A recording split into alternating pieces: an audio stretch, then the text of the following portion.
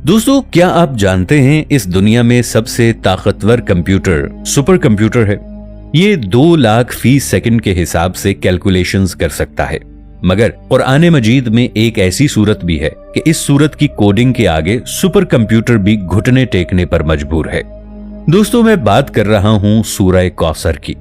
ये कुरान मजीद की सबसे छोटी सूरत है, मगर आप ये जानकर हैरान रह जाएंगे कि कुरान मजीद की इस छोटी सी सूरत में नंबर 10 की कोडिंग इस तरह मौजूद है कि आज का सुपर कंप्यूटर भी इसके सामने सिफर है। कुरान मजीद की सूरह कौसर 10 अल्फाज पर मुश्तमिल है। इसकी पहली आयत में 10 हुरूफ मौजूद हैं, दूसरी आयत में भी 10 हुरूफ हैं। इसी तरह आखिरी आयत के हुरूफ की तादाद भी 10 है। वो हुरूफ जो इस सूरत में एक एक मर्तबा आए हैं, उनकी तादाद भी 10 है। इस सूरत में जो हर्फ सबसे ज्यादा मर्तबा आया है वो अलिफ है, और अलिफ की तादाद भी 10 है। इस सूरत का हर हर्फ रे पर इख्तिताम पजीर हो रहा है, और हुरूफ हिज्जा में रे या रा 10वां हर्फ है। इस सूरा में हर आयत में मौजूद हर दूसरे हर्फ का इख्तिताम काफ पर होता है। ये अल्फाज 10 मुख्तलिफ हुरूफ से मिलकर बनते हैं। वहीं आयत के आखिरी हर्फ का इख्तिताम रा पर होता है। अब समझने वाली बात यह है कि हर्फ काफ की न्यूमेरिकल वैल्यू 20 है, हर्फ रा की न्यूमेरिकल वैल्यू 200 है। अगर हम इसको 20 के टेबल में देखें तो ये 10 बनता है। कुरान मजीद की बाकी सूरतों की तरह सूरह कौसर की इब्तिदा भी बिस्मिल्लाहिर्रहमानिर्रहीम से हुई है। अगर हम गौर करें तो बिस्मिल्लाह के इब्तिदा और इख्तिताम दोनों तरफ से इसमें हर्फ रा का नंबर 10 में ही आता है। पूरे कुरान मजीद में सिर्फ 2 सूरतें ऐसी हैं जिनका आगाज इन्ना से हुआ है और इनका इख्तिताम रे पर हुआ है। पहली सूरह क़द्र है। ये कुरान मजीद में 97वें नंबर पर आती है, और आखिरी सूरत सूरह कौसर है जो कुरान मजीद में 108वें नंबर पर मौजूद है। अब इन दोनों सूरतों के दरमियान सूरतों की तादाद भी 10 है। इसी तरह आपने कैलकुलेशन की हैरान कुन तरतीब के बारे में जाना। ये तरतीब इस बात को साबित करती है कि ये अल्फाज किसी आम इंसान के नहीं हो सकते सिवाय अल्लाह ताला की जात के। कुरान मजीद की एक छोटी सी सूरत में इस तरतीब से अल्फाज को जमा किया गया कि एक सुपर कंप्यूटर भी इसको हल नहीं कर सकता। ये तो अभी सबसे छोटी सूरत थी। सोचिए बाकी कुरान मजीद में कितनी कैलकुलेशंस मौजूद होंगी। इसीलिए अल्लाह ताला ने कुरान मजीद में फरमाया, अगर तुम्हें कोई शक हो उसमें जो हमने अपने खास बंदे पर उतारा तो इस जैसी एक सूरत ही ले आओ। मेराज की रात जब हमारे प्यारे नबी हजरत मोहम्मद मुस्तफ़ा सल्लल्लाहु ताला अलैहि वालिहि वसल्लम सिदरतुल मुंतहा से आगे जन्नत में दाखिल हुए तो वहां से आगे सफर करते हुए आप सल्लल्लाहु अलैहि वालिहि वसल्लम की नजर एक नहर पर पड़ी। इस नहर का पानी इंतहाई साफ और शफाफ था। इस नहर के दोनों अतराफ में याकूत जड़े हुए थे।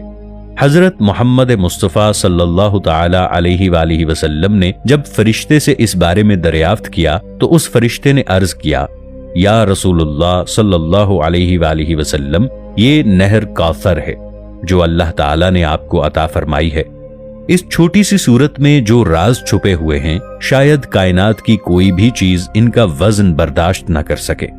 हजरत अबू उबैदा रदियल्लाहु ताला अन्हु से रिवायत है कि मैंने हजरत आयशा रदियल्लाहु ताला अन्हा से सूरह कौसर के बारे में पूछा तो हजरत आयशा रदियल्लाहु ताला अन्हा फरमाने लगी कि कौसर एक नहर है जो हजरत मोहम्मद मुस्तफ़ा सल्लल्लाहु ताला अलैहि वालिहि वसल्लम को अता की जाएगी। इसके दोनों किनारों पर खूबसूरत मोती जड़े हुए होंगे। एक रिवायत के मुताबिक इस नहर का पानी दूध से ज्यादा सफेद और मीठा होगा और मुश्क से ज्यादा खुशबूदार होगा।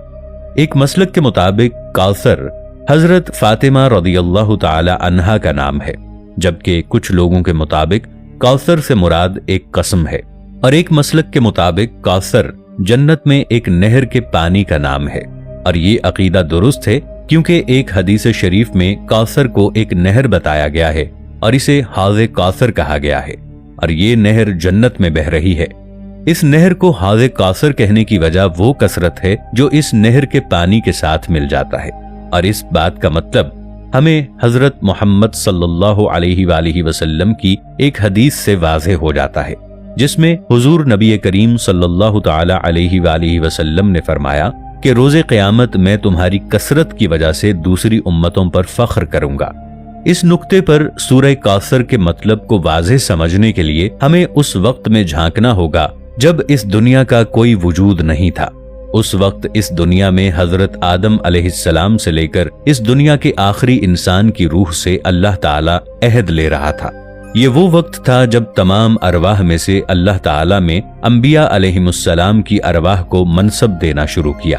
وہ منصب یہ تھا کہ اللہ تعالیٰ کے احکامات کو لوگوں تک پہنچایا جائے، مگر اللہ تعالیٰ نے ان کو یہ انتخاب بھی دیا تھا کہ کون سا نبی کتنے لوگوں کی ذمہ داری اٹھا سکتا ہے کہ وہ اتنے لوگوں کو جمع کریں۔ اب اس بات پر غور کریں۔ حضرت عبداللہ بن عباس رضی اللہ تعالی عنہ فرماتے ہیں کہ رسول اللہ صلی اللہ علیہ وآلہ وسلم نے فرمایا کہ ایک مرتبہ حج کے موقع پر میرے سامنے ساری امتیں پیش کی گئیں، یعنی بذریعہ کشف آپ صلی اللہ علیہ وآلہ وسلم کو پچھلی تمام امتوں کا دیدار کروایا گیا اور ان کے ساتھ امت محمدیہ بھی ان کے سامنے پیش کی گئی۔ تو حضرت محمد صلی اللہ علیہ وآلہ وسلم نے جب امت محمدیہ کی تعداد کو دیکھا تو ان کا دل بہت خوش ہوا۔ دوسرے انبیاء کرام علیہم السلام کی امتوں کی تعداد اتنی زیادہ نہیں تھی جتنی آپ صلی اللہ علیہ وآلہ وسلم کی امت کی تعداد تھی۔ دوسرے انبیاء کرام علیہم السلام سے زیادہ تعداد کی وجہ بھی یہی ہے کہ حضرت محمد مصطفیٰ احمد مجتبی صلی اللہ تعالی علیہ وآلہ وسلم سے پہلے جتنے بھی انبیاء کرام آتے، ان کے بعد ایک اور نبی آ کر پہلے والے نبی کے کام کو آگے بڑھاتا، جو کہ اللہ تعالیٰ کے احکامات کو لوگوں تک پہنچانا تھا۔ چونکہ حضرت محمد صلی اللہ علیہ وآلہ وسلم اللہ تعالیٰ کے آخری نبی ہیں، اس لیے قیامت تک لوگوں کی اصلاح کا ذمہ حضرت محمد صلی اللہ علیہ وآلہ وسلم پر ہے۔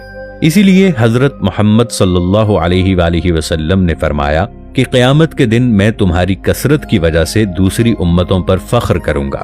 کوثر کا ایک مطلب خیر کثیر بھی ہے۔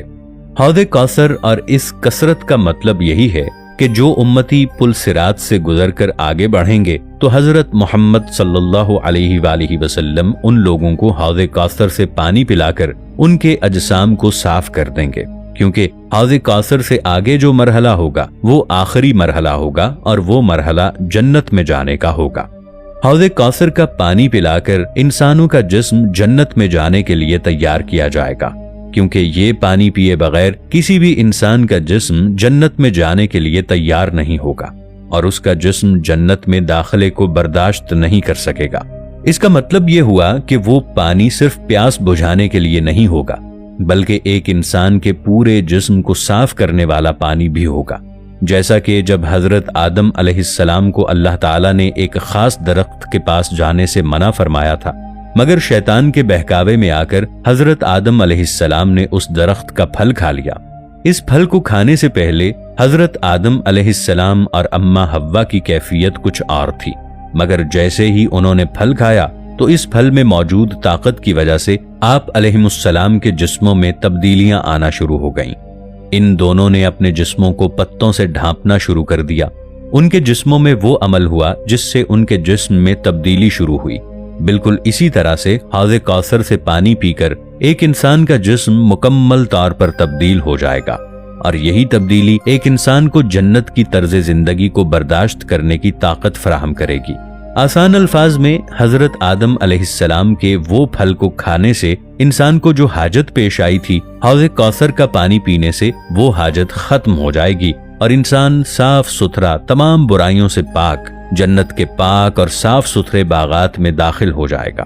یہ کثرت ان امتوں کی ہوگی جو حضرت محمد صلی اللہ علیہ وآلہ وسلم کے حصے میں اربوں کی تعداد میں حوض کوثر کا پانی پیے گی۔ قرآن مجید میں سورہ کوثر کا نزول اس وقت ہوا تھا جب حضرت محمد صلی اللہ علیہ وآلہ وسلم کے بیٹے قاسم کا بچپن میں ہی انتقال ہوا تھا۔ تو کفار مکہ خاص طور پر عاص بن وائل آپ کو یہ طعنہ دینے لگے کہ اب آپ کی نسل آگے نہیں بڑھ سکے گی۔ تو تب اللہ تعالیٰ نے یہ سورت نازل فرمائی اور فرمایا کہ اللہ تعالیٰ نے آپ کو ایک ایسی نعمت عظیم سے نوازا ہے جو کسی نبی اور رسول کو بھی عطا نہیں کی گئی، یعنی حوض کوثر۔